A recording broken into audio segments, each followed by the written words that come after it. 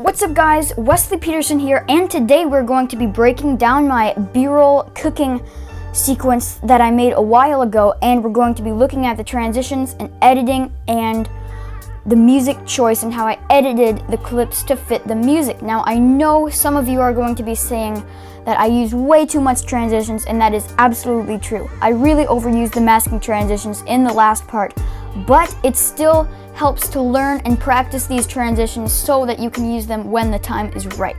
So I'm going to be pointing out the mistakes I made and showing you how you can fix all of the mistakes and how to edit B-roll.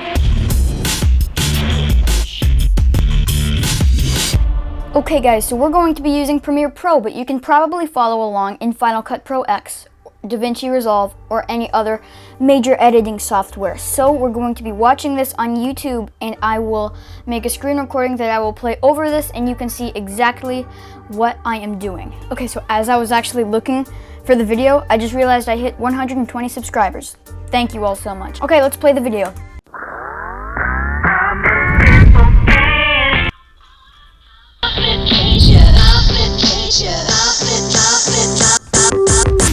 Okay, now all the transitions that you saw where it transitions from the wood texture to the wood texture. So at my house in the kitchen, there's a wooden cupboard up top and there's a wooden cupboard at the bottom. So what I did was, every time she set an ingredient down, I would start up here and go all the way down to here. But I lined up the next shot in such a way where it would move seamlessly from the first shot to the next shot, and it would look like it was all just set up and meant to be there.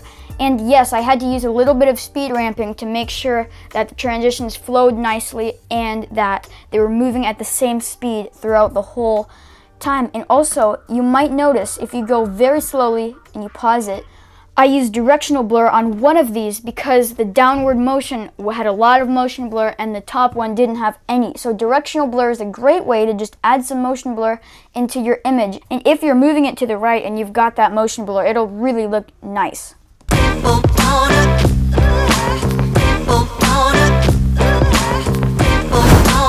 Okay, a whip transition just happened right there. And yeah, that one wasn't very seamless. I did a bad job on that whip transition. I should have added more directional blur, which I was just talking about earlier. But anyways, a whip transition is when you whip the camera to one side and then you transition to the next shot by whipping it in the beginning to one side, and then you can hide that cut right in the motion blur, and usually it ends up looking very seamless. But this time it did not end up looking seamless at all. Instead, it just looks like I attempted a lousy transition. So when you're doing that, either move the camera a little bit faster, or if you forget to move your camera faster, just use directional blur. It's a great way to just add extra motion blur into your image.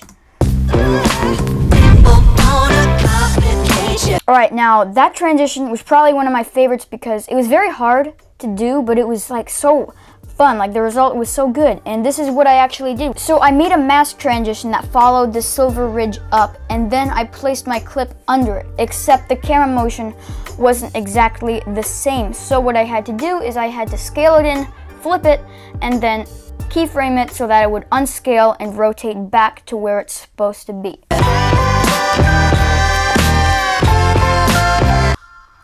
Another whip transition that, in my opinion, looks a lot better than the last one, so that's good.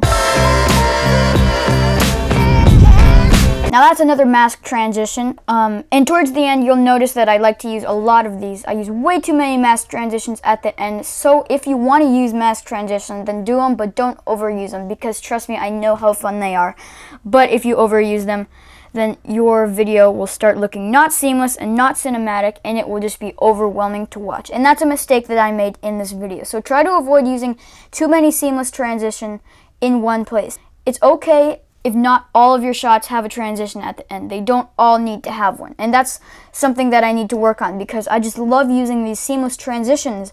However, sometimes they're just too much. It gets crazy and overwhelming.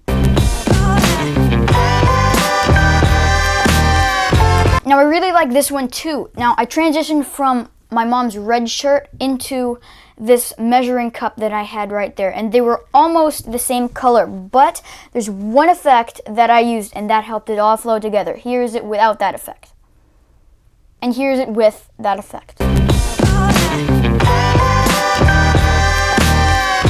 Now that effect is the cross dissolve, and most people just look down on cross dissolves because it is the most amateur transition, and that is something that beginners just throw between a clip that will help it fade together. But cross dissolve can actually really be very helpful when you're doing transitions like these, and when you're doing a frame fill, you really should use a cross dissolve because it will help it fade into the next surface to the next almost seamlessly, and you can see that here.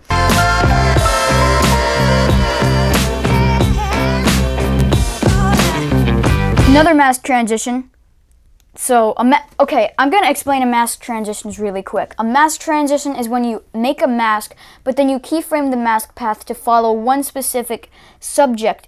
And also, it is very commonly used when somebody's walking past the frame and they usually make that subject to wipe across. And it's also commonly used to be called a frame fill. And so that's what I did, and you're going to see another one right here. So, too much mask transitions. I shouldn't have done that. So, just remember that if you overuse these awesome transitions, then it will have the opposite effect that you want your video to have. So don't overuse these transitions, and I know that they're super fun, but sometimes you just have to cut back on them because sometimes it's just too much.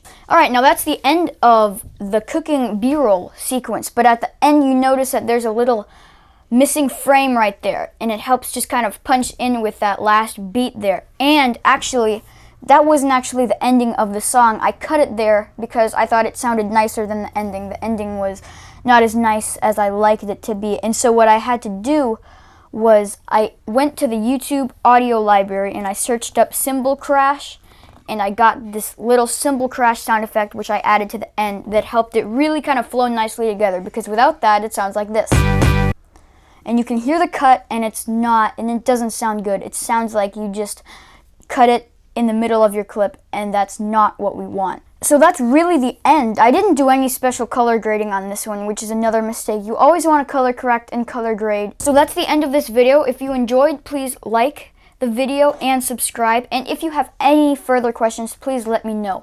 Also, I do want to point out one other thing, is that I'm getting a lot of comments, and it's getting harder and harder to keep track of all of them. So I know that it won't make sense to go into my discussion tab to ask a question on a specific video, but if you have any questions that I don't have a video on, go into the discussion tab and ask me, and I would love to hear from you. But until then, I'll see you guys next time. Now that was supposed to be the end, but I accidentally just destructed my studio before I forgot to mention this last thing. I want to give a shout out to somebody. His name is Film Time and More, so go subscribe to him because he has given me constant support and feedback on all of my videos, so thank you so much, Film Time and More. Make sure you subscribe to him. He needs to hit 70 subscribers soon. That would be so awesome. So please go subscribe to Film Time and More for his consistent support and his feedback on my videos. So see you guys later.